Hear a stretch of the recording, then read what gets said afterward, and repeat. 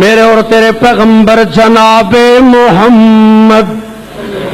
میرے بھائی ذرا غور محبت و پیار نل اللہ دے پاک پیغمبر علیہ الصلوۃ والسلام دا فرمان سن. جامع ترمذی حوالہ بھی نوٹ کر.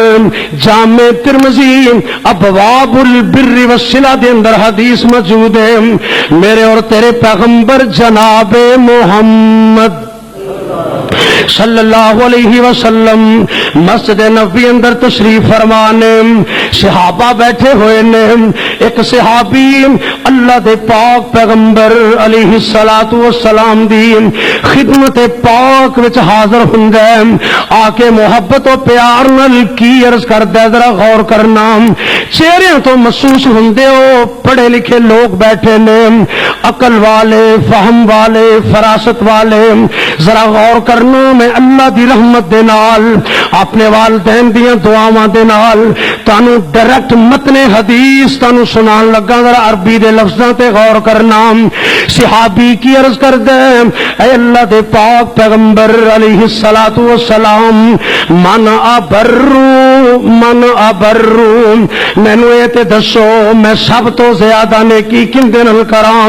کی مطلب کہ دنیا دے اندر میرے کئی رشتہ دار نے, بہناں بھی موجود نے, بھائی بھی موجود نے, ماسیاں پھپھیاں چاچے بابے تائے بھی موجود نے اور میرے والدین بھی موجود نے. مینوں دسو مشورہ دیو میں سب تو زیادہ احسان کندے نال کراں, سب تو زیادہ نیکی کندے نال کراں. میرے پاک پیغمبر علیہ الصلوۃ والسلام فرماندے نے امّا کا جا اپنی ماں دی خدمت کر.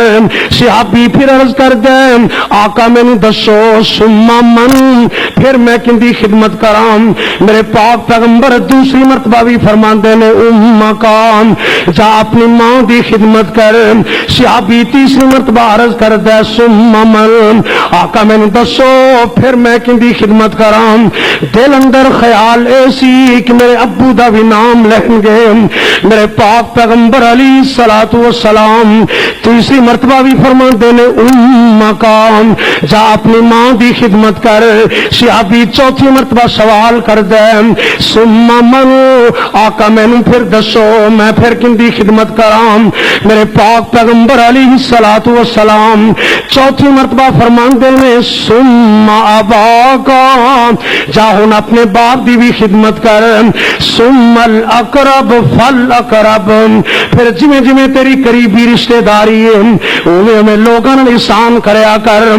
آؤ نا میرے بھائی جامع ترمذی دی اس حدیث دی روشنی دے اندر آؤ نا ذرا غور تے کریے. اللہ دے پاک پیغمبر علیہ الصلوۃ والسلام نے ماں دے حق نو 3 مرتبہ کیوں بیان کیتا ہے. اصل اندر بات اے وے کہ ساڈی خاطر ساڈیاں ماواں نے تکلیفاں بڑیاں اٹھائیاں نے, ساڈی خاطر ساڈیاں ماواں نے اذیتاں بڑیاں اٹھائیاں نے. اللہ میری توبہ انہاں تکلیفاں نو یا عرش والا رب جاندا ہے یا ساڈیاں ماواں سمجھدیاں نے. میں نہیں کہندا اللہ دا قرآن اعلان کردا ہے ذرا غور کر. رب دا قرآن پہلا مقام محبت و پیار نال ووصینا الانسان بوالدیہ حملته امه وهنا على وهن وفصاله في عامين ان اشكر لي ولوالديك إلي